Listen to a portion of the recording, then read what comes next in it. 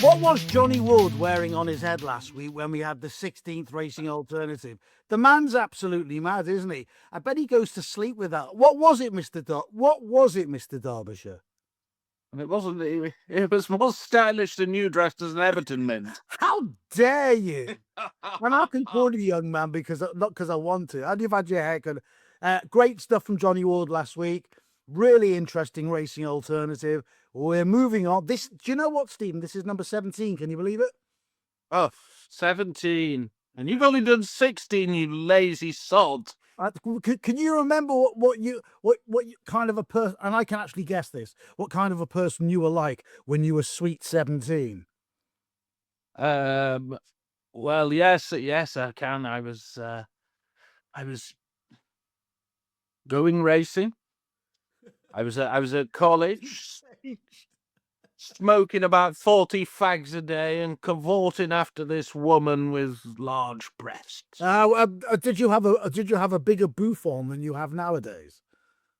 Yes, it was. Well, it was quite stylish back then. Yeah, quite stylish. Greased down, probably, no doubt. So thanks to JW. We'll have him on the show again. He gives the Irish point of view. He gives it from the heart. And that's what we want to see here on the Racing Alternative. What have you got for you today? Well, of course, we'll talk about the Grand National Weights.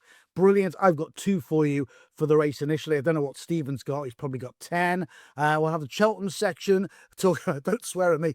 We've got the Wall Park and all the anti-post shenanigans. We've got 2 viewers' questions today. One of them I thought was hugely interesting. The other one, a little bit scared to answer.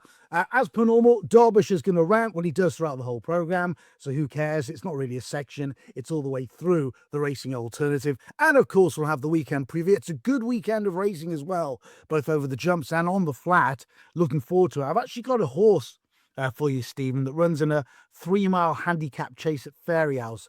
I want you to have a look at a little bit later on for a little bit left of centre, which we like to do. If it's on.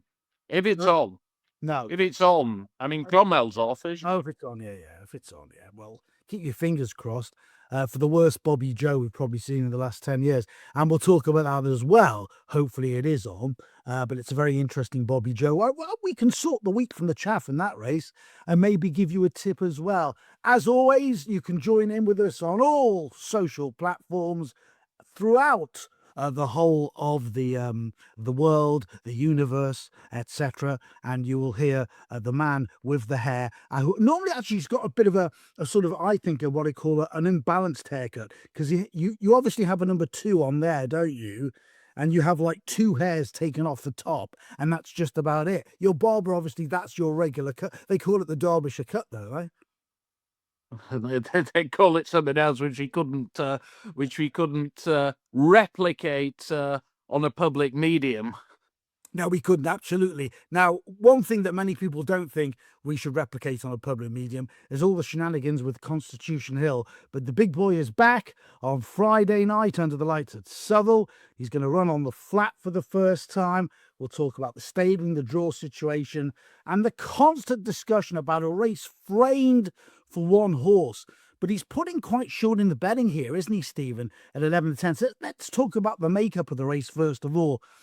Whatever happens here, and obviously we have differing views, and so do many people listening to us as well, whether he should go jumping again. I think they should aim at the Ascot Stakes myself. Whatever, I have differing views on that. I don't think he should be favourite here. No, I don't disagree with you. I mean, I think the thing is, I don't think Mr. Murphy's going to be overly harsh on him, is he? I've come to the conclusion that this is a sort of exercise to see that he's still in love with the game after unfortunately falling all those times. I mean, there was a bookmaker yesterday, I kid you not, put Square Necker in. I think it was at 11 to 1. I mean, I was at a trampoline park, so missed this unmissable value. Yes. I hope you didn't go on the trampoline. Well, I was forced to at one point, and it was a most unedifying spectacle, I'm afraid. It was. Yes. I mean, it was, honestly, I just sort of, I crumpled like Andrew Mountbatten Windsor in the back of a police car. It was terrible. He crumpled. Well, Sorry. I- Yes. but what did you get? What price did you get on in the end? I didn't. I've not backed him. I mean, it would have required me to go to a betting shop and, with a 5-year-old and the missus wanted an Italian lunch. So unfortunately, I completely and utterly missed that particular boat. But look, I think Square Necker is going to run to a mark of somewhere near 90 here. That's probably good enough to win. Willie sent Daddy Longlegs over. So you could see that creeping into contention, couldn't you? I think that Square Necker, from his debut, where he was promising to his second run, he didn't really improve, to be fair, and there wasn't any pace on in either race. I'm very interested to see if he takes another giant step forward here, which you might not need to win. I thought Tripoli Fly was very interesting each way at a bigger price. Second to 10 in a Class 2 handicap hurdle. Alaska last time out won one of his bumpers at Lingfield. I think if there's a real pace on here, he'll go close. It wouldn't surprise me if he actually made the pace. Wow. Here. Here's the problem. Do you have the problem with the race? Go on. So you and I look at races all the time. Yeah. And our job is in effect to look at how the market gets it wrong. Yes, it's a tricky race to price, but I'll be pretty darn sure that it'll be priced right throughout tomorrow. Look, it's the most studied novice race of all time, let's face it. So it reduces my interest in betting it. I like to go into sort of nooks and crannies where others don't venture. What I will say about it, though, and I have been fairly critical of this race, but the good thing about it is it's clearly showing us, our sport is in competition with a lot of others and a lot of other leisure activities. And when there's a public course, and I think we all agree Constitution Hill is a public course, all this stuff around it, and whilst I'm sick of bloody well hearing it, it's certainly not a bad look for racing. People clamoring and making much noise about Southwell on a Friday night, is it? And it's on ITV4 as well. So And it's on ITV4. So it's good publicity for a change for horse racing, which is something that we want, we need, we have to have indeed.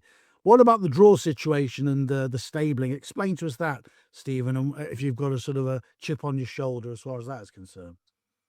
I can't particularly look. I've warmed to this a little bit more than I did. The fundamental point I had was I don't think a race should be made for a horse. Now, a lot of people don't give a crap about that.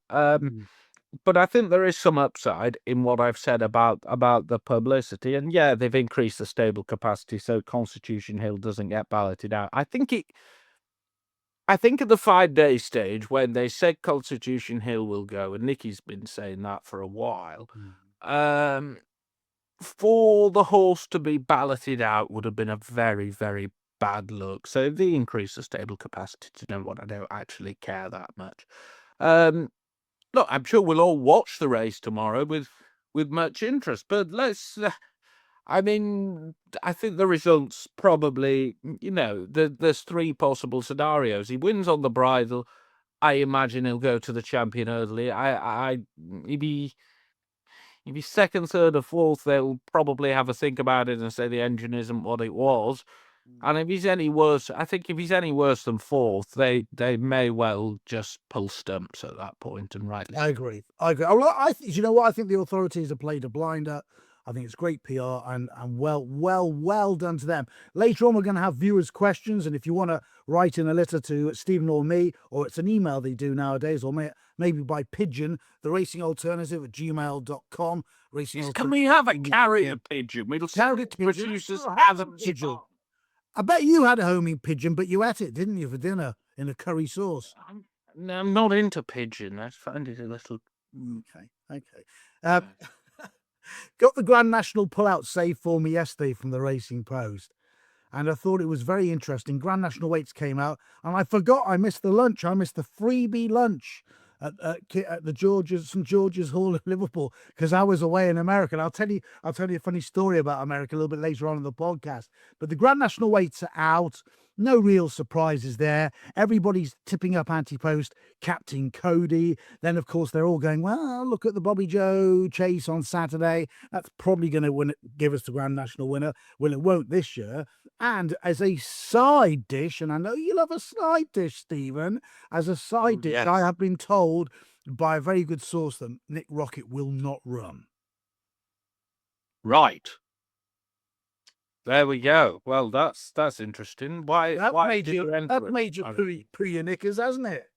Well, yes, it's I suppose. Well, one of mine I'm about to give. I'm going to let you take the lead here. Is actually probably needs a bit of luck to get in, but I think we both must stress here that bookmakers are quite bad at this. But if your horse is balloted out, let me explain what balloted out means. The horse is declared to run. I think there will be 38 confirmations because there'll be 4 reserves, and if your horse is number 40 but is declared, you get your money back as an anti-post bet. It's about the only anti-post scenario you get where if you back the horse anti-post, you get your money back and it doesn't run. I think that is really important because these are known as sleepers. Yeah, absolutely. All right, so give us your one, which is obviously that in the second half of the weights here. You're going to throw you one from left centre. I'm expecting big things from you, Stephen Derbyshire.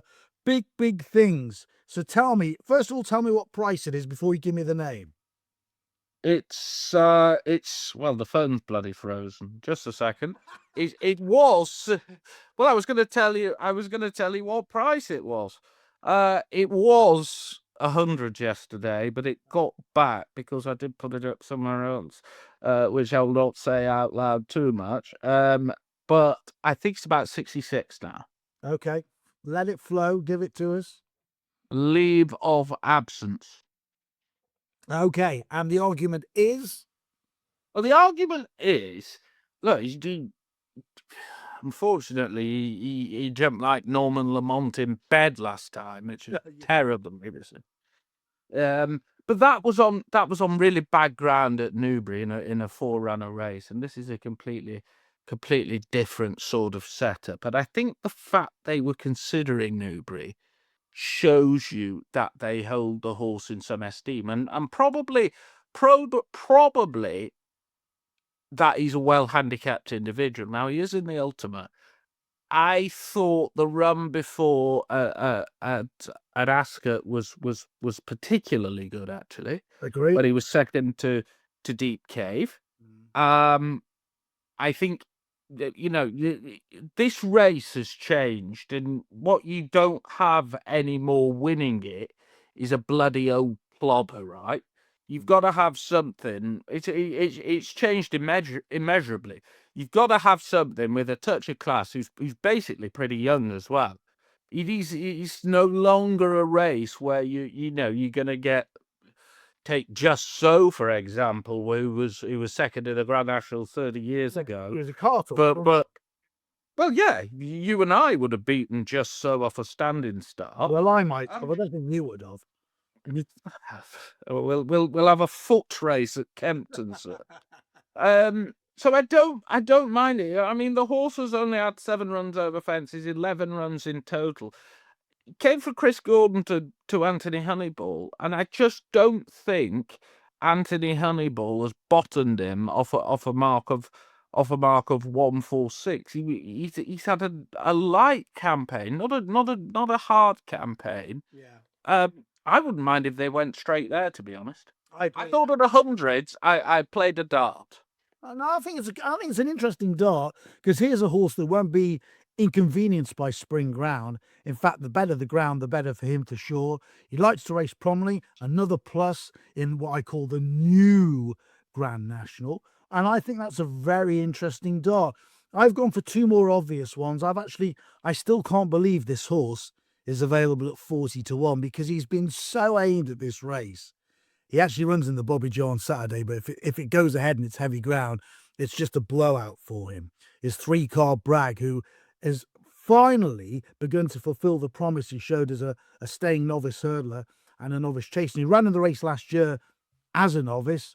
Arguably went too hard too early on, but he's a different machine this year. He's a different model, 3-car brag, and I still think he's fairly nicely treated. And then there's the forgotten horse of the race, who was third in the Bet365 Gold Cup last year at Sandown Park, who also wants this better ground.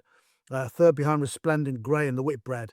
I should have called it the Whitbread. I'm so surprised you didn't knock me down. I was looking down then at my phone, just trying to find, trying to figure out. Yes, absolute disdain. High Class Hero is the name of the horse. Third in the Whitbread behind Resplendent Grey. Forget his run last time out. I mean, he doesn't want soft ground at all. I think he's a lurker. I think he's a lurker at a really big price if he gets in the race. And it goes without saying, these two, of course, are Irish runners, which is where I want to hang my hat here on the Racing Alternatives. There's 3 for. I'll give you one more. Oh, you dirty boy. Yes, it is dirty. So we go back to the Hennessy, where Panic Attack won and 3-car brag was second. Yeah. I thought Gorgeous Tom ran really well in the Hennessy. We know it was a standing start from an unpromising position.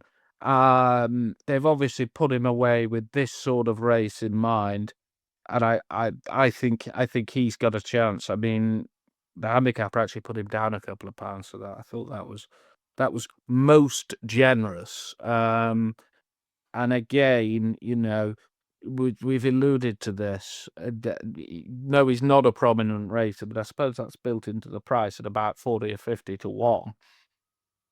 Pretty unexposed. You can have that big time. We'll talk more about the National between now and the second week in April, no doubt. And if you have a view, we'd love your tips every single week.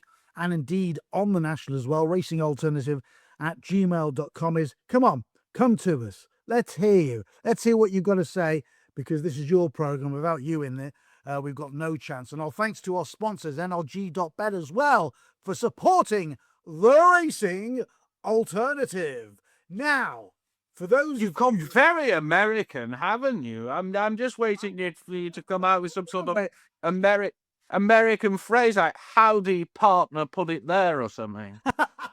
Can I just tell you something? I went to it was my niece's wedding in Florida, and I would say 98% of them were Republicans, right? And after we had the wedding, we all sat around and we drank bourbon as opposed to whiskey, which you wouldn't have in any case, because you want real ale and you can't get it there. And they're all going on about how Oprah Winfrey eats babies and young children. Could be scenes. What's wrong? What's wrong with them? What's wrong with? It's like saying, right, in the racing world, Stephen Derbyshire, I think he's a bit of an iffy character. He had roast horse's hind leg last week for Friday night supper. I didn't. I didn't. I was just trying to think what I had last Friday night for supper.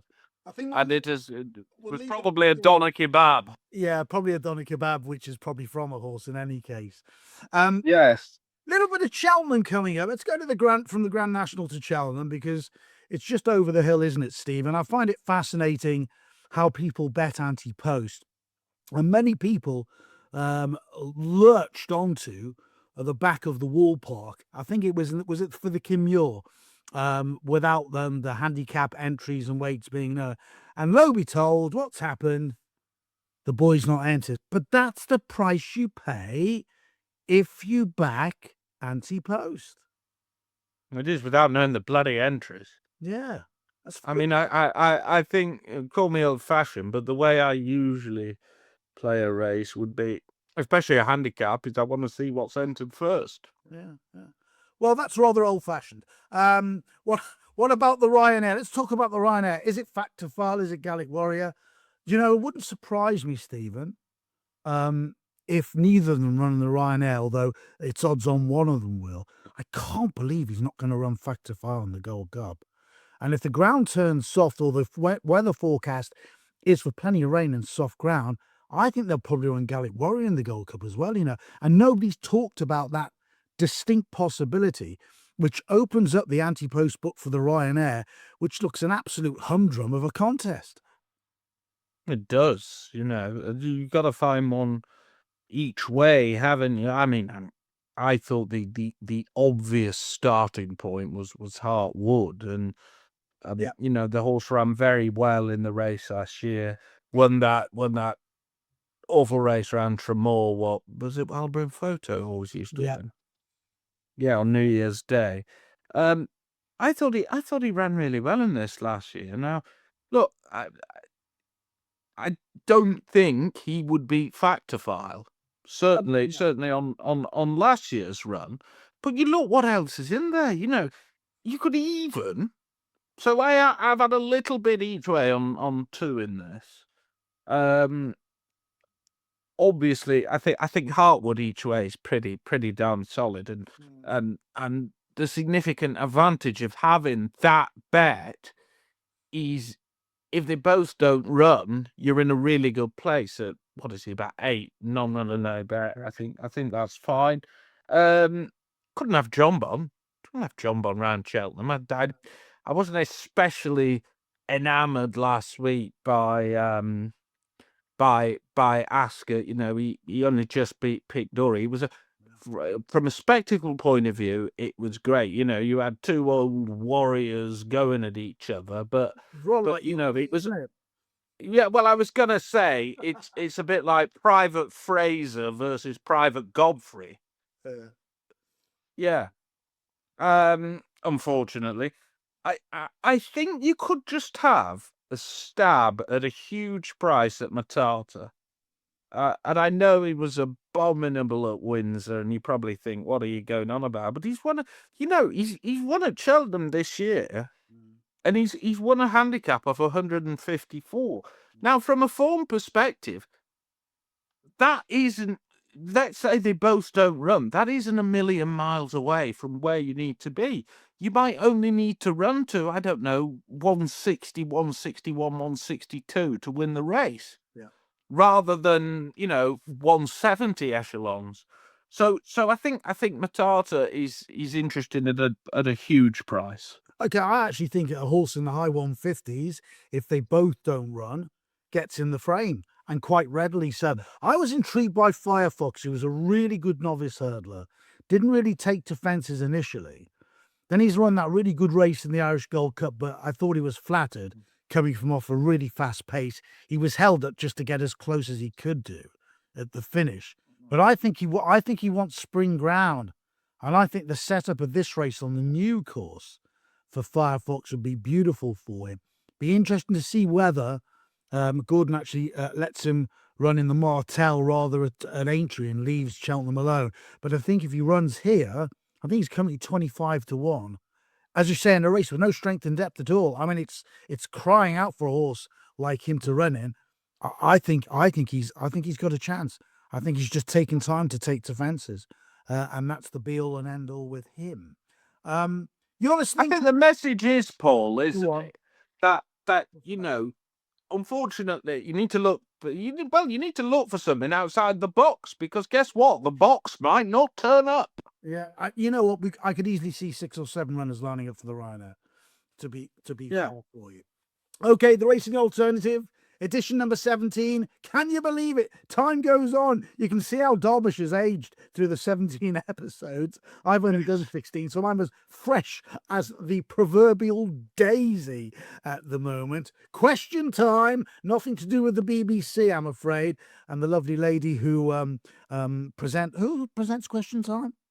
Fiona Bruce. I could just imagine you liking Fiona Bruce. Fee, she's lovely, Fee. Do you know what? I have actually been in the audience at Question Time. I remember that. I was absolutely knackered. So I was trying to ask some question. I can't remember what it was. I just went for the crack. And I was like this throughout, and then I couldn't. She never came to me, but she's very nice in person, you know. I'm Very sure. nice. I could just imagine you right on the back row, waiting for your question to be answered, dipping a Cornish pasty into brown sauce, while everybody else Yes. is asking their questions. Honestly, they served the most terrible instant coffee. Did they? And I went to Fakenham the day after. I was absolutely knackered because I went to Question Time. You're only allowed on once every 5 years, so Oh, really? do give it a go. Actually, that's one of the things I want to see in my life before I die, is Stephen Derbyshire being a barista in your local coffee shop. Let's go for questions. You get scolded. Yeah. Pete Burnett, thanks, Pete, for listening. And as I know you regularly do, very quick question from Pete. Do you both bet on any other sport apart from horse racing? No. That's an easy one. Look, I actually had this discussion this morning with a bookmaker, John Hutchinson, who you may know, and I ran him to Sedgefield, and I was talking to him, and I said, look, I know you bet on the greyhound. I said, but for me, to bet on horses, I think you need a minimum of 5 years solid. So I just look at it like that. I mean, I could take a guess, will Manchester City beat Newcastle or whatever, but going on as I do, it's I don't have the knowledge on the subject matter, so it doesn't You entice don't have one. the time to spare. You don't have the time, do you, to do your homework on other sports? No, and I think to make betting pay, just generally, well, we might not have a deep understanding, but you do need a deep understanding of the subject matter, and I'm afraid a cursory glance of how many of these teams I think will win, or whatever it is, or will somebody win the curling tonight, it just doesn't appeal to me at all, because I don't know. Oh my God. Knowledge is king. There's another vision. Stephen Derbyshire playing curling. I hope our producer. What you would see is Stephen Derbyshires legs in the air like that, flat on his arse. I hope our producer can mock something up with Stephen Derbyshire throwing a stone down the track. Now we've got another question, Stephen, from another regular, and I'll hand over to you to read it out because it's a bit of a long one. I've not got it in front of me, sir, but it's, I think it's something along the lines of, what do we think about Nottingham possibly being sold by the Jockey Club? Now, I must just counter the question slightly, because it's slightly factually incorrect. So Can I just jump in there very quickly, Stephen? It is from Dean Skidmore, so thank you, Dean. Yes, thank you, Dean. Thank you. It's factually slightly incorrect, because Nottingham Racecourse is on a lease from the council. So the Jockey Club don't own Nottingham Racecourse. And it's obviously, I think Dean also goes on about the possible closure of Kempton. But I'll deal with Nottingham first. Nottingham as a racecourse nowadays, I think Golden Horn run there. Some very good 2-year-olds have run there. Have you been to Nottingham, Paul? Loads of times. Colic Park, I love it. I think it's a very fair track. I like it. It's a very fair track. It's a nice look. You wouldn't believe it as a city racecourse, but it's a nice course. I don't think anyone in the world would say it was their favourite, but it's a pleasant day out. Now, what would I do? Look, I to be honest with you, I don't give a flying hoot who owns it. Sorry, who takes the lease? Whether or not I'd have Richard Thomas and his company doing it, given what happened at Chester, is another matter. But if I took the lease, I wouldn't care less. But it does suffer. A lot of these inner city racecourses suffer from low attendances.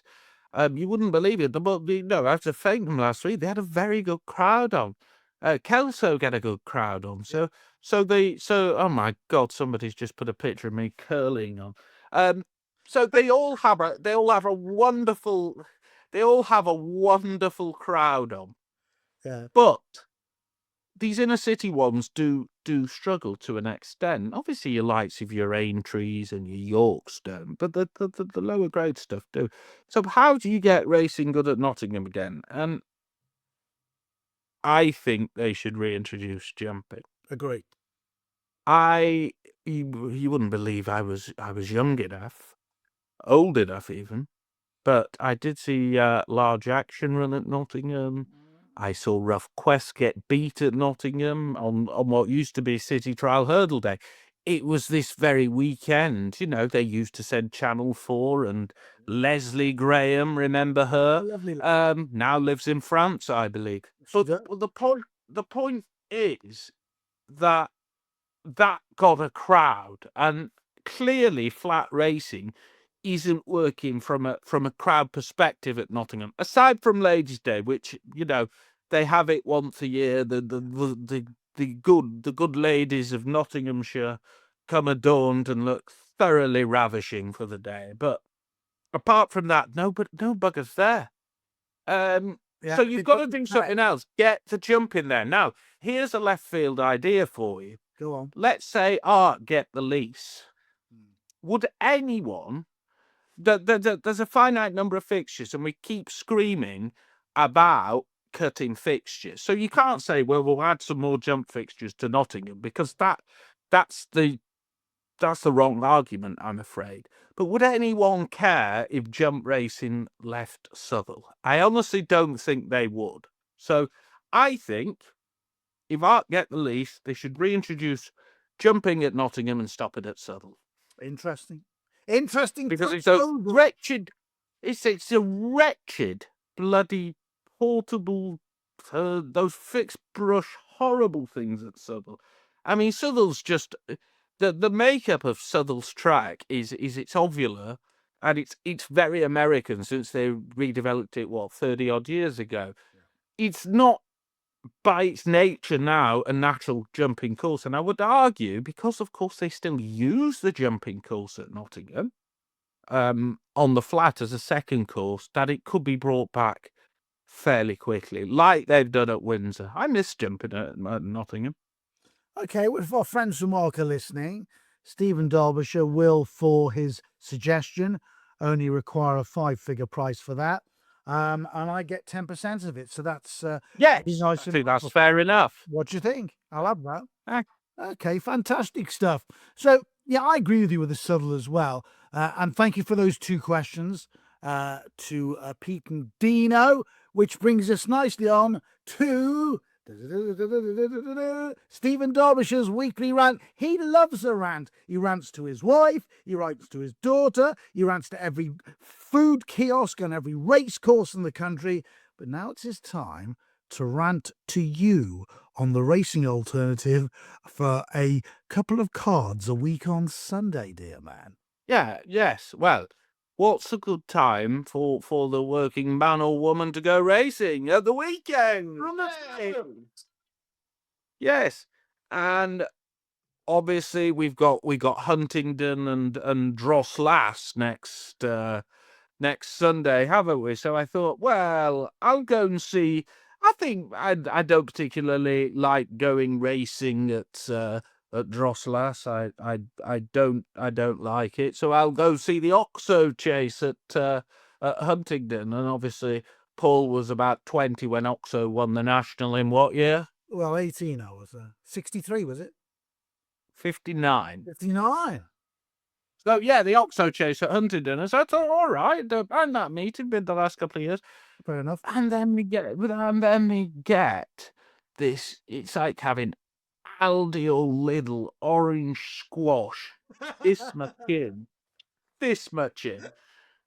Topped up by in a big pint glass of water. 5 races and a bumper at both cards. Now, either one of them, if one had gone 6 and 1, which would be 7, I'd have gone. I'd have buggered off to whichever one that could be bothered putting on a proper race car. But look, bumpers, I don't mind watching them in the paddock. I don't mind bumpers per se, but they're not the equivalent of a chase or a hurdle. So this absolute nonsense of 5 and a bumper just needs to... BHA, I know you watch this because we tell you how shit you are every week. Just for God's sake, sort the bloody thing out. If you're going to have a bumper, you have 6 races. It's that simple. And then just to add insult to injury, I have to do a festival preview at Hexham Racecourse, I think a week on Wednesday. So I thought, I'll go to Catterick. Guess what? Catterick, 5 and a bumper. Air on Monday. 5 and a bumper. Now, there's a dead easy way here to cut some fixtures. If you can only hold 5 and a bumper, don't bloody bother. There we go. Yeah, no, but do you know what? I think there's a reason why people aren't going racing and why new members of the public aren't going racing is because they don't get VFM. They don't get value for money. And that isn't value for money as it stands. So I kind of agree with you. I love a bumper, to be honest with you. I love seeing them at the parade ring, looking at their breeding lines, etc., seeing how fit they are. I think it's probably one of the types of races you can actually make a decent profit at if you do A, your homework, and B, there on the day and see them in the paddock as well. Yeah, but then to have only 5 others, to have a septet of Wow. others is a You are a travesty. Stephen, are you? I can imagine in the depths of winter when you're in the house of your own and your lovely daughter and wife are out. There's nothing on TV. There's nothing in the fridge. She's left nothing in the oven, and you sit there in your cozy armchair, don't you, giving it large to yourself. Yeah, put Kilroy on YouTube. Make yourself feel better. That tells you how old Stephen is. Great weekend coming up. Steve and I are going to be at Kempton Park. It's a cracker there for what we still call the Racing Post Chase. It's the Ida Chase at Newcastle as well. There's a couple of really good handicap hurdles on the card as well. I've got something for you at Fairyhouse, believe it or not. And there's a really decent flat card at Lingfield. Where do you want to start, young man? Well, comes another rant. Go on, I'll start. Look, if Sarah Bradstock doesn't run Mr. Vango because the ground's too quick, she knows what the forecast was. She knows what she's declared on, and if she doesn't run that horse, I think there should be very serious consequences because she's compressed the weight. So last week, it was about 2022 at the time, I told viewers to back Knockanor for this race, but because dear Sarah's declared Mr. Vango, unfortunately the horse is out of the weight. I'm on a 33 anti-post, thankfully, a quarter first 4. I did tell viewers to back it a quarter first 4, so I don't think you're in a bad position if you followed that advice, but you'd be in a lot bloody better position if Sarah Bradstock hadn't declared Mr. Vango. Now, Mr. Vango runs absolutely fine. Would I back Knockanor at 8 or 10? No, I've left the race alone. I don't know if you had a view in the Ida. You know, he's £8 higher than last year, and I thought it would have been interesting if that was the case. I hate backing horses out of the weights. I really do. I was going to have a small play on Val Dancer. I thought he was way too big. I think he was 20s early this week. He's around about 14s now. Needed the run just so obviously needed the run at Lingfield. Blew up between the second last and the last and was given a very easy time. Full winner of the Welsh National, as we know, Stephen, and is still only £3 higher and good to soft in places, would do him very nicely in a race which I don't think has produced the Grand National winners since Comply or Die. Would I be right? Correct. I was there. Yes, Comply or Die. Comply or Die, yeah. I'm gonna make a fairly bold statement now. I think Val Dancer's gone at the game. Okay, well, we'll see. We'll see. I disagree with you. See. I think a mark of 129 at the bottom of the weights, whether the Vango man runs or not, will do very nicely for me. She's got to run, Mr. Vango. I'm sorry. She's got to run that horse. Give him more. What the heck are you going to do about it? You know, so I said, in a pardon my French. Give her a 10-grand fine and sort it. In a verbal chit chat, I would fancy Sarah against you. I wouldn't want to get in her way. That's for sure. No, I can imagine her being like a raging bull, to be quite honest. Anyway. The raging bull versus the Audi army. Anything else at Newcastle, or do you want to go on to Kempton? We'll go on to Kempton, because I've got a few theories at Kempton. Okay, Kempton, of course, the Racing Post Chase, as we've known it down through the years. And normally this time of year, we see the ground turning to good ground. They've got sort of light rain forecast for the next 48 hours. One thing we do know is this race lends itself to horses that like to race prominently or try and make all the running, Stephen. Yeah. I mean, Kempton's the got that sort of typography, hasn't it? That it's fairly difficult to come off the pace. I've only had one bet in the race. I backed him earlier on today. I think Lookaway's interesting. For the Neil King yard, won here last time. His running style absolutely suits this place. I thought was a bit unlucky the time before at Newbury when making a a bit of a hash early on. Later on in the race. That race at Newbury has worked out supremely well. Highland's Legacy, of course, won next time at Windsor, didn't it? And was also behind Mighty Bandit, who won as he liked to Doncaster the next time. That's strong form. I didn't think this was a particularly deep affair, and I thought Lookaway at a double figure price was just worth chancing. Yeah, and he's obviously behind at this race. 42 days off the track.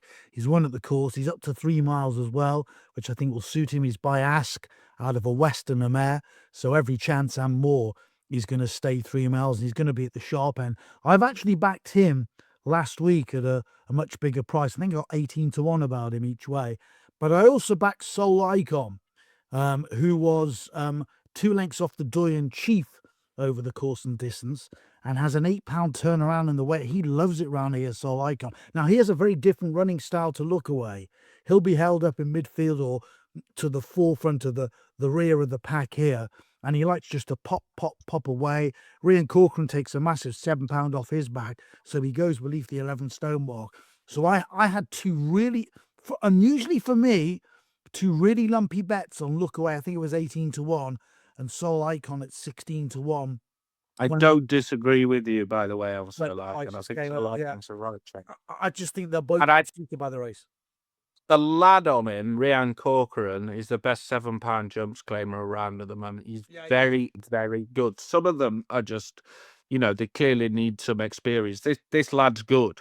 He's a really good judge of pace, isn't he, Stephen? Yeah.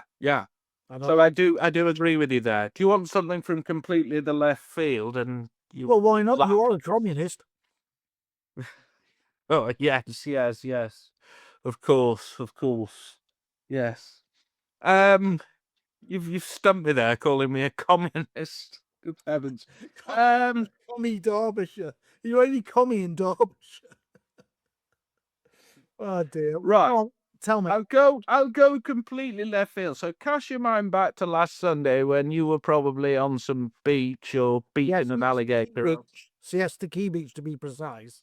Yeah, I bet it was like that Only Fools and Horses episode, Miami Twice, with you over there, wasn't it? Right, Derek. Arthur, go on. Yeah, right. I was at Musselburgh last Sunday where it was freezing and it poured down all afternoon. Yeah. And it was a thoroughly miserable day. And then I start driving home, and if you've ever been to Musselburgh, you get off the city bypass and you go on the 701 or the 702. Know it well? Well, I got caught in a snowdrift, didn't I? It took me 2 hours to get to the M74. I was driving like a nun, and I kid you not, this road is just full of snow. I've got somebody, I think people know I don't drive slowly on purpose. I had somebody right at my jacksie flashing his lights when I was doing 30 miles an hour. And honestly, I had to let him pass. But anyway, I had a terrible, terrible time because going up, I thought it's going to be too snowy. So I went up the A1, which is absolutely miles from here. That took me 5 hours. And then coming back took me 4 3/4. I did close to 11 hours driving on Sunday. So I'm the only man who got jet lag from Edinburgh. Anyway, Fantasy World ran that day, who's in the Adonis, and ran absolutely deplorably and just seemed to miss one. I think it was probably the 5th or the 6th, and that just put the horse on the back foot and ran deplorably. I thought, well, I'm going to see that bloody thing again. No. And then Henderson does the most un-Henderson thing that is known to man. Henderson was at Musselburgh as well, and then puts the horse in the Adonis. Huh? Now, this is a horse who I'm just intrigued it's running, and at 14 I can just sort of throw a speculative wager at it. This was a horse who was rated 89 on the bloody flat, won the No Merler Stakes, was 10-1 before last Sunday for the Triumph. Yeah. And then, like I say, 6 days later he runs it. Now, I might be talking absolute bull, but like I say, it's a very un-Henderson-like thing to do this. And he must clearly think there's an engine there. He cannot win on the Musselburgh effort. If he hadn't run at Musselburgh, I think he'd be significantly shorter for this. It's significant. His other horse for McManus, he entered in this, and the Dovecote goes to the Dovecote. Actually, probably has a chance in the Dovecote, but he's chosen this for the Adonis. And I think that might just be a tip in itself in a year where British juveniles are friendly crap. Okay, that's an interesting take on that. I'm also going to have a bet in the Open of the 2 mile 5 furlong handicap hurdle on Royal Infantry. He's going to come back to a slightly better surface, but more importantly, this intermediate trip is going to be right up his street. I still think he's a 140 plus horse in the making when things go right. When you have a look at his run at Chepstow, in the was it the Silver Cup, wasn't it, earlier this season? Yeah, So I think Dan and Harry have got it right finally. And just as I say that, my computer is going to run out of battery, so I'm just going to plug my battery in. But I thought he'd run a big race here, Royal Infantry. He's put in at 7-1, which I thought was miles too big. Do you want to talk about Lingfield very quickly before we go to Fairyhouse? Leafy Lingfield, very quickly, very quick. We have rambled on this week, haven't we? Well, there are my God. I fancy a few horses this week, and if you're going to give... Yeah, quickly, I think Diligent Harry will go well in the Hever Stakes. Why is it called the Hever Stakes? Hever's not far from Lingfield, Right. and it ran, and then they moved the race to Sutherland, still called it the Hever Stakes rather than the Robin Hood Stakes or the Rolleston Stakes. I think it's interesting that Leovani has been kept in training, but big alarm bells, not been seen on a racecourse for some time, and has the tongue strap on for the first time. Now, I've heard off a few people that Chancellor cannot breathe. Okay, I've heard it off more than one person, in fact, has had a breathing up. And ran around like a completely, it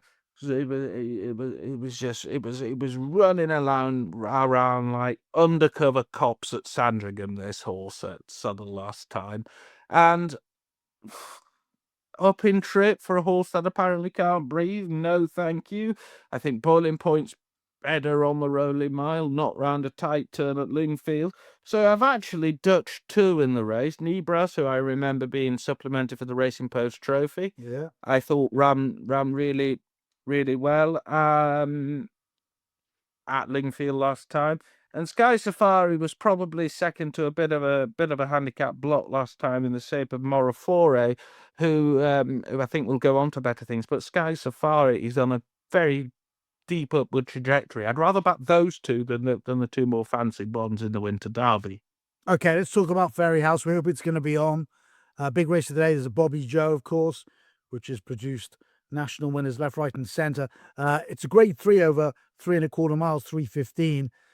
But I think the key to this race is the heavy ground if it goes ahead, because there are 5 in this race that don't want the ground heavy. And as we're speaking, 10 go to post. My Grand National tip, 3 Carl Bragg is just having a blowout. That's quite obvious. Grange Clare West doesn't want ground this deep. Captain Cody, former Scottish national winner, doesn't want ground this deep, and he wants Harry Cobden on board. And the 2 that really don't mind the ground are the 2 that got to give their penalties away. Lecky Watson and Stella Story at the top. So it all adds up to being maybe not the greatest national trial this time around, Stephen. No, well, maybe it will be, but not. I.e., the result of the race wouldn't. You might get a runner in the race who could run well in the national, but they may not finish in the first 3, I think is what you're trying to say. Absolutely. Can I give you 2 others on the card very quickly? Yes. In a really low-grade handicap hurdle at 238, top weight is Jupiter Dugit, who's not fancied it over fancies. Michael Keneally takes £5 off if he doesn't win that. then Stephen Derbyshire will be joining Prince Andrew in a cell somewhere. And the other one I really, really like is One Horse Away. He runs in the 420 at Fairyhouse. This is a handicap chase for horses rated up to 110. He's a horse that won off a £5 lower mark 4 or 5 outings back, and he's got good form with a couple of these as well. He went off a 118 in his time, and he found 3.5 miles in the Dublin National at Leopardstown, just too far for him.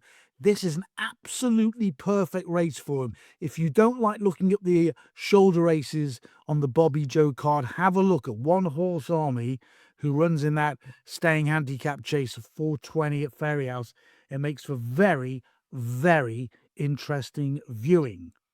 Which brings us to the back end of the Racing Alternative. How time flies when you're not having some. Yes. That's fun. And Stephen Derbyshire is quipping left, right and centre about current affairs in the world, let alone in the UK alone.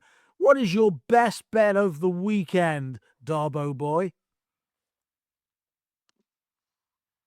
I'll go Fantasy World because I think 14's it's interesting.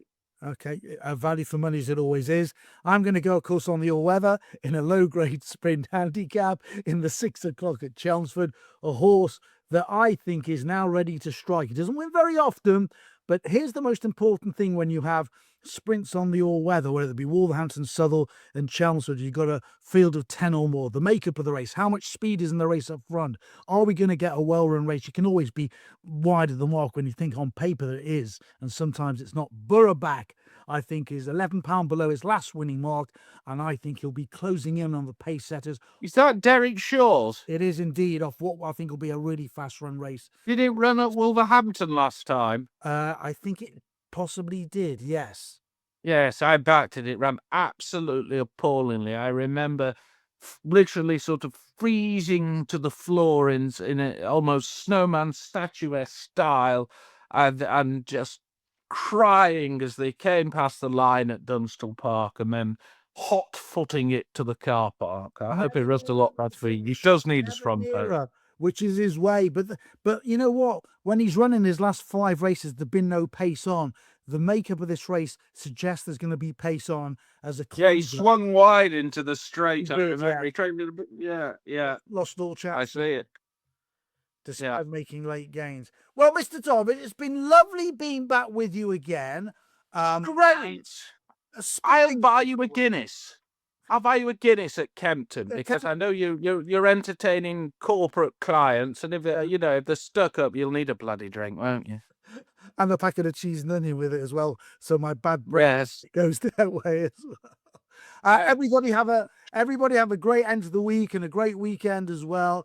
Keep your questions coming in. We love answering them as well. And we're going to have a very special guest coming up in the next 2 or 3 weeks before Cheltenham. We're going to have the French connection coming on. We won't tell you who he is, but he's a genius. Jacques Chirac, yeah, he's coming on. He's being somehow summoned from his grave by Stephen Derbyshire. Who's going to make the Ouija board this evening as well. So whatever you're doing this weekend, be kind, be safe, be sound. And from Stephen and me, it's au revoir. Au revoir.